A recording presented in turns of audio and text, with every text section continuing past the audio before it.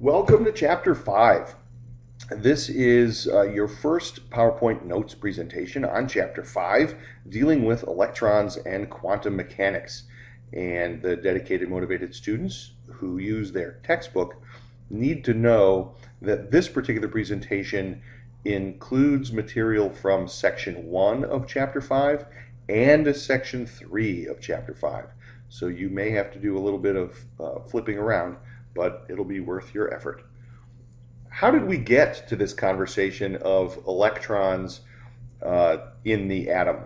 Well, in Chapter 4, we spent quite a bit of time on the discovery of all three subatomic particles, and then focused our attention on the heaviest two, protons and neutrons, and not a lot of time on the electrons. Probably what I think are the important parts of these individual scientists, or studying these individual scientists and their contributions, is not necessarily laying them out on a timeline. First we did this, and then we did this, but it's to celebrate the two most important characteristics of a scientist at this time in the study of chemistry. And that is, they had very creative minds to ask the important questions and dig deeper for a greater understanding of what was going on.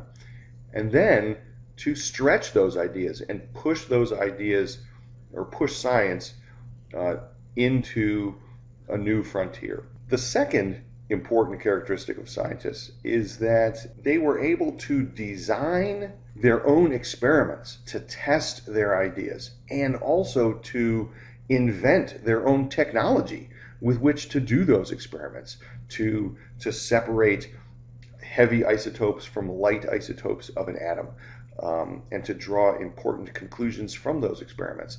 That's what I think is truly incredible. Rather than memorizing the names and dates, I think it's important to understand that these gentlemen were working together and feeding off of each other, one person's ideas inspiring another's. Niels Bohr is the scientist who is given credit for adding structure to the arrangement of the electrons outside of the nucleus, as described in Ernest Rutherford's model. He did this based on some experimental observations dealing with the colors of light given off from excited chemical elements and chemical compounds. Spectroscopy is indeed the study of spectra, and there are different kinds of spectra. This part of science added tremendous support for what was to be called the Rutherford-Bohr atomic model. It's giving props to Rutherford for having the small dense positive nucleus, and Bohr for having an organized, orderly arrangement of electrons around that nucleus. These spectra can be observed in three different patterns, depending on where the light is coming from. If you have a dense, solid, hot object, perhaps like a metal filament inside of an old-fashioned light bulb, and it's giving off light, and you can get that light to pass through a diffraction grating, it will produce a continuous rainbow spectrum, like shown here in the top diagram. A diffraction grating replaced the hunk of polished glass known as a prism. Diffraction grating you'll work with in lab. It is a thin plastic film that is etched with thousands of little ridges, and it works just like a prism, and it's a lot more comfortable to carry around in your pocket. If light is being produced by a hot gas, that light passes through a diffraction grating, the spectrum you will see is called an emission spectrum, and it's characterized by many different bright colored lines on a field of black, and the black represents the absence of colors, and it really makes the bright lines stand out. And those bright lines are characteristic of each and every element, has its own fingerprint, its own very special emission spectra. If you have a hot object, like a light bulb, producing light and that light is passed through a cold gas before going through the diffraction grating, you are going to see what's called an absorption spectra. And the absorption spectra is a continuous spectrum, like you'd expect to be produced from a hot object, minus discrete, specific colors of light. And these dark bands are caused by certain light energies being absorbed by the cold gas.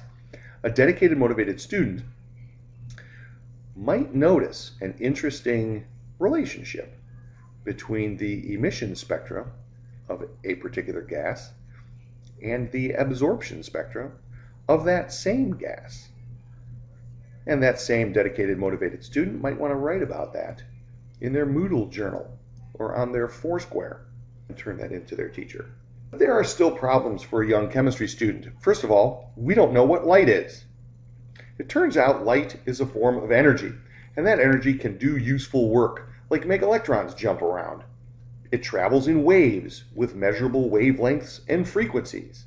But Niels Bohr explained that light was behaving not like a wave, as though it were quantized bundles of energy called photons, or particles of light, which was very, very different view. It was a very different view from what physicists and chemists had believed light could be described as. So this was another very creative new idea. Light, or any sort of energy, travels in waves. It has characteristic properties like wavelength and frequencies that we talked about just a second ago. The red wave on the left has a long wavelength and a low frequency. The blue wave has a shorter wavelength and a high frequency. And there is indeed a mathematical relationship between wavelength and frequency. We'll get to that in a minute. If you take a look at all of the different kinds of energy there are and organize them in a list according to their wavelength, their frequency, or their energy required to make them, you'd get something that looks like this, the electromagnetic spectrum. And in this particular spectrum, the short wavelengths are on the left and the long wavelengths are on the right. It's very important that you pay close attention to how each spectrum is arranged because they're not standard. Some books or some resources will have this flipped around left for right. Notice that the visible light spectrum is a tiny sliver of all of the kind of electromagnetic radiation out there in the universe.